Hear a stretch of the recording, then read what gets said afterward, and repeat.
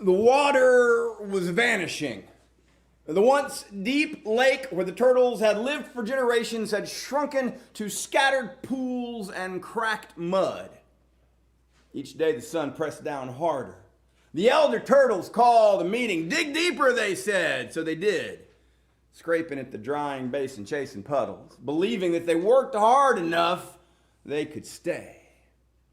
But there was one ancient turtle, scarred and slow, nearly blind, who remembered a promise spoken by his grandfather: when the water runs out, follow the stream bed. There's another lake beyond our sight.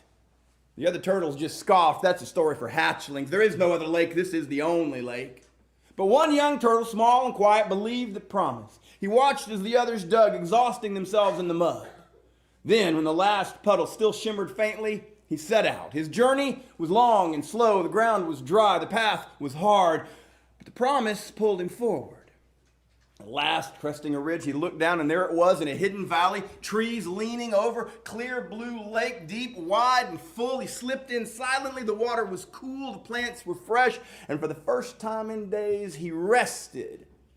Not because he had saved himself, but because he had trusted the promise.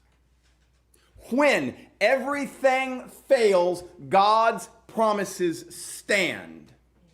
When earthly resources completely collapse, God's promises should remain our foundation. I need to not get shook when the cupboard goes bare.